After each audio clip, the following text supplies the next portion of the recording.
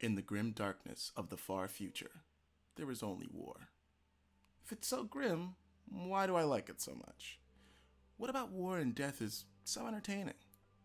Well, let's try and figure that out. Hey, I'm Clint, and today I'm going to be telling you why I absolutely love Warhammer 40k. Now, some of you may be asking yourselves, what is Warhammer 40k, and why should I care? To that, I'd say first off, rude, and secondly, you should care if you love intense battles where the fate of the galaxy is decided in climactic moments that push you to the edge of your seat. Yet these moments are juxtaposed with the sheer absurdity of the setting. A great example of this dichotomy is the absolutely wacky scale of the galaxy. The Imperium alone is said to encompass 1 million worlds, with hive cities holding potentially trillions of people on a single planet. You'd think this level of scale would de-emphasize the human experience, as what does a single person's life mean when there are 6 trillions of others of equal value in the galaxy? But you'd be wrong, as many of the stories that are central to the lore focus on one person or a group of individuals fighting against a seemingly insurmountable odds, highlighting both their importance and insignificance in the eyes of the wider galaxy. Okay, so Warhammer 40k is technically a sci-fi fantasy war game that uses miniatures to simulate battles between the various races that populate its galaxy. So with all that said, I have no idea how to actually play the game. It's like when we were kids and we got Pokemon cards even though we had no idea how to play. My love of this game comes exclusively from the fantastic lore that it spawned, with over 350 books written at the moment, and 50 games, with only 45 of them being absolute dogshit. So even without actually playing the game, there's still plenty to enjoy for both casual and hardcore fans. All of these stories take inspiration from a myriad of different mediums, from classical fantasy to cosmic horror, cranks them up to 1,000, and then wraps them all into one messy but endearing universe. I mean, in what other setting can you find Terminator-style Egyptian robot men that want to scour the world of biological life, fighting against insectoid living weapons that ravenously hunger to consume all life and turn it into biomass to fuel its ever-growing hive mind? Well, StarCraft. But StarCraft doesn't have orcs, a rowdy bunch of gits that add much-needed levity and crumping to the setting. Their addition turns many of their stories from grim-dark tales to what the hell am I reading? But in a good way. It's the absurdity and variety of the many races and factions in this universe that drive my enjoyment of the setting. So now I'm going to lay out 4 of the many races that populate the galaxy of Warhammer 40k. There are quite a lot of minor races, sub-rations, and factions sprinkled in, but we don't give a shit about them right now. Sorry, Voten. The main faction of the setting is the Imperium of Man. Now, when looking at the Imperium, you could take the ideas of progress, the noble human spirit, and helping out our fellow man, and throw that shit out the window. Instead, they're a bunch of crazy-ass religious zealots that despise almost all forms of change, be they social, technological, or economic. They want it to remain stagnant. The Empire, that is. Choosing instead to dedicate their society to the worship of a semi-dead, 10-foot-tall man called the Emperor of Mankind. This guy wanted to rule over all of humanity in an ascetic, technocratic utopia. Way to screw that one up, Big E. While the Empire during his Great Crusade had the potential to become what he desired, he failed because of one thing. He's a shit dad. Like, Stalin levels of shite. He created 20 sons known as the Primarchs. These men were imbued with some of the greatest powers and resources known to the burgeoning Imperium, yet he never trusted his sons with damn near anything, and at points actively made their lives worse. So half of them betrayed him, leading to his whole empire falling apart as his son Horus mortally wounded him in a battle called the Siege of Terra, in which he would be put on a psychic life support system known as the Golden Throne, which he still rests upon 10,000 years later. Some of his other sons turned into actual demons, died. So no head? Rest in piss, Ferris Manus. Maybe you could actually gain some interesting character traits next time. Or straight up disappeared for going on 10,000 years. The Emperor also found religion to be incredibly destructive, making his current worship by the whole of humanity super ironic. He even publicly humiliated one of his sons that was spreading the worship of his father in newly conquered worlds by forcing him and his legion to kneel, while his brother burned his most treasured city to the ground. He would also essentially call him worthless, and that his efforts had been a waste of time. This guy, for sure, got his #1 father mug destroyed after that showing. This faction's most clear reflection is in its god, the Emperor of Man, a rotting corpse that staves off death with the sacrifice of 1,000 psychers, aka Magic Man, a day to merely delay the inevitable. This is what the Imperium is, a carcass of an empire that through the suffering of its people staves off its rotten decay. With its casual cruelty and deliberate malice, its slow slide into destruction shows how Warhammer 40k has earned the name Grimdark. So, now I know you're asking yourself, why the hell would this be enjoyable? Which is fair, but the fact is, exploring the dark is fun. Why do horror movies exist if they're so terrifying? Shouldn't we avoid our fears? The fact is, we often seek out those dark aspects of our nature in a controlled space. And I find that Warhammer is a perfect place to look at what the universe could become, if we let it. Now, with the main faction somewhat covered, we can move on to a Xenos faction that is the cause of so many of the problems of the setting, the Eldar. Now, I want you to take the worst mistake you've ever made, whether it's failing a class, breaking someone's heart, or just being a screw-up in general. Nothing you've ever done can compare to murder fucking a god into existence. Yes, the Eldar fucked up so bad, the psychic energy of their debauchery turned the warp into an incubator that conjured up the Prince of Pleasure, Slaanesh. Now, I haven't explained the warp yet, so this is as good a time as any. The warp is a reflection of the consciousness of every creature with a soul. It's where our emotions, fears, desires are made manifest. And it's inhabited by various entities, including the Chaos Gods. I'm talking demons, creatures, everything that you could conjure up in your mind's eye exists within the warp. Now, when I say debauchery, I don't mean BDSM or regular fetishes. No, I mean Epstein Island shit with razor blade covered dildos. The birth of Slaanesh would spell the end for the Eldar Empire, as 90% of their race was instantly killed by the god as it harvested their souls to fuel its ascension. Spooky, right? And this is so mind-numbingly stupid and hilarious due to the fact that the Eldar existed in a post-scarcity society. Their technology was so advanced and their psychic powers were so great that they could genuinely conjure up whatever they needed. They also were functionally immortal, as whenever their physical form died, they would pass into the warp to be reincarnated. For 65 million plus years, they lived without wants and worries. Over time, many of their numbers became dissatisfied with their current situation. You see, Eldar are a bit different from humans in a few ways. For one, they're all psychically gifted. While some are more powerful than others, there's a floor to their psychic potential. With this power comes a few drawbacks though, as their psychic powers are deeply tied to their emotions. And Eldar, for lack of a better term, feel things harder. Their emotional baseline when compared to humans is the difference between a candle and a bonfire. This makes their souls incredibly desirable to Slaanesh, who, as the Prince of Pleasure, gains power from them. So when an Eldar dies, their souls are consumed by Slaanesh to be tortured in her realm for all eternity. Definitely a bit of a bummer. Now, the Eldar come in two different flavors. You got your hoity-toity, holier-than-thou space elves who believe that through discipline and control you can live a good life, versus the Drakari, who actually feed on the suffering of others and use it to keep themselves young like an emotional vampire. The Drakari are without a doubt the most evil character in the setting of Warhammer 40k, which is an incredibly high bar to clear.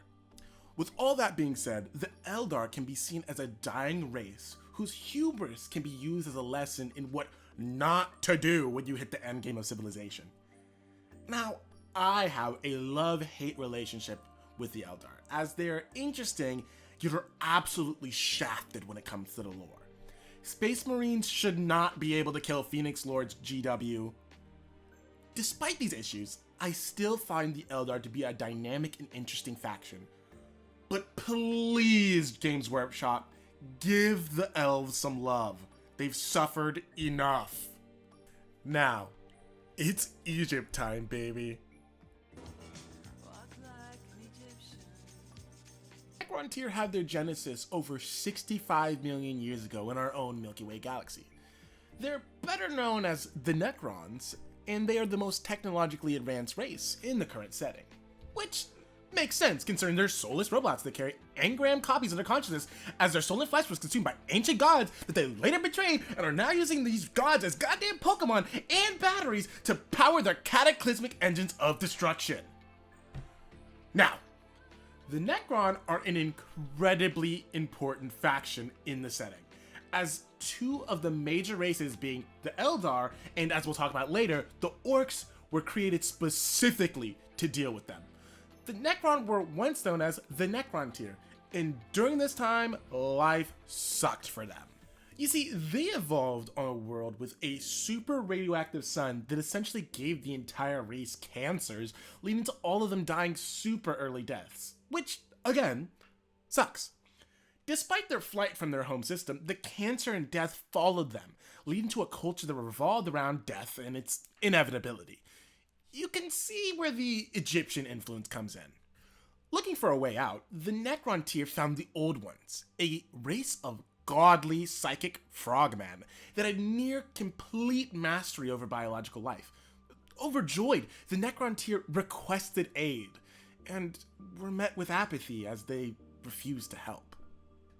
This made the Necron Tier a wee bit mad. Now, the Necron Tier, in their infinite wisdom, decided it would be a great idea to attack the quasi-god magic frogs, and that went about as well as you'd think. After the Old Ones spanked the Krons at Mach speed, they retreated to lick their wounds, and during this time stumbled upon a creature that would change the fate of the galaxy forever.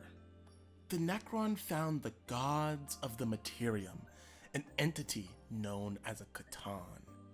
These beings were amorphous entities that devoured stars and could create and destroy in a manner never before witnessed. In their haste, the Necron Tier brokered a deal with these gods, crafting them bodies that would further amplify their already great power in exchange for immortality for the Necron Tier race. This would end up being what we call in the business a bruh moment, as the Catan, in a cruel twist of fate, would give them exactly what they asked for, not what they desired, as they consumed their bodies and souls while burning their consciousness into a new metal form made of the necrodermis, creating the Egyptian space terminators we all know and love today. This process, known as biotransference, would wipe the minds of all but the most elite of Necron Tier society, spelling the end for the Necron Tier, as the Necrons would take center stage. Well, that was a little depressing, right? Super cancer and soul eating isn't for the faint of heart. But I find the Necron story to be fascinating. The ideas of hubris leading to the end of a race is a common theme of Warhammer, and you could see that in some of the other factions such as the Eldar. And while some may argue that this trope gets old, I feel as though the various spins that the different factions put on this trope illuminate some deep truth on what it means to truly lose everything. And the Necron Tier demonstrate this fact most deeply. To lose someone's soul, yet live, how does that feel? The Necron know, and that's horrifying. Now, with all the depressing junk done, we can talk about the greatest race known to man. We're talking orcs, baby! This rowdy band can be characterized by a single word, that being violence! Not war, not battle, No. Violence! This race does not care about supply lines, diplomacy, or casualties. Win, lose, doesn't mean shit. All they know is crumpin', shootin', DACA. That's what life's all about. These mushroom men, yes, actual mushroom men, need to fight to live. It's as an essential part of their biology as it is for a human to drink water. Kicking someone's teeth in is literally food to them. It's quite literally baked into their DNA, as the old ones in their fight against the Necron literally created the orcs to fight on their side. As one of the old ones' greatest skills were their biological engineering, they created beings that would go on to change the universe. As you know, their two greatest successes were, one, the Eldar, and now the Orcs. But the thing is, they weren't always known as Orcs. Before that, they were Quarks. Now, Quarks were just a bit different. Well, Orcs are like 2 meters tall brick shit houses that are green and have huge teeth. Quarks were a little bit different. They were 12-meter tall brick shit houses that could punch the head of an elephant without breaking a sweat. They were intelligent and strong warriors that were the bulwark against the Necron threat. A far cry from their devolved brethren, the Orcs. Now, the Orcs' major strengths come from their weed-like tenacity and magic bullshit dumbness field, or MBDF for short. Now, when I say Orcs breed like rats, that would actually be an understatement, as there's an argument to be said that Orcs are the most populous race in the galaxy, and that's saying something, as even lowball estimates put the numbers of humans in the galaxy into the sextillions. Additionally, they are damn near impossible to put down, as they can get their head cut off and reattached, and be no worse for wear. And in some cases, like the case of Gazgul Mag Uruk Thraka, they're better off because of it. Now, their other advantage is their MBDF. This phenomenon is a process in which Orcish belief is made manifest. The classic example is that because Orcs believe that red objects go faster, all Orcish vehicles, or otherwise, painted red genuinely go faster. And if enough Orcs get together and channel this belief, the power can grow exponentially, resulting in what is known as, if you'll excuse me for a second, a warg, or war. Now, mind you, this process is not intentional. The Orcs are way too dumb to realize what's happening, merely knowing that it works. And this is good enough for them, much to the other race's dismay. Now that we've gotten all the lore out of the way, I can explain to you why I love the Orcs. I mean, come on, they're awesome. How can you not get a kick out of a bunch of dummies having the time of their lives blowing up shit, headbutting tanks, all just for shits and giggles? Their stupidity makes them one of the most endearing and entertaining factions in Warhammer lore, creating much needed levity in the grim darkness of the setting. And while they might not be for everybody, anyone that loves Orcs is solid in my book. Unless you suck, then tough luck. Finally, we could talk about Games Workshop, the company that owns Warhammer. You see, they don't love the game. They love money. And they have the business sense of Scrooge McDuck. And that's reflected in the price of their models, as well as their treatment of Warhammer Fantasy. Oh, my sweet prince. They can't hurt you anymore. But despite that, Warhammer has an incredible community, as well as dedicated writers that transform this fictional world into an experience that I have not encountered in any other piece of media. Whether you want to take the universe as a super serious look into what it means to be human and what the darker sides of humanity can come up with, or you just want to point and laugh about the insanity of Sly Marble, you can do that. In addition, as a major history nerd, the sheer amount of lore is seemingly never ending, with there being ample materials to satisfy my unquenchable desire to learn. With all that being said though, this shit's definitely not for everybody. The amount of times I've listened to, read, or watched some random Humie get crumbed into oblivion by the boss is mind-numbing to say the least. But I love it all the same. Now, I'm off to go suck total ass at Warhammer 1 because I'm too cheap to buy 2 and 3. So, deuces!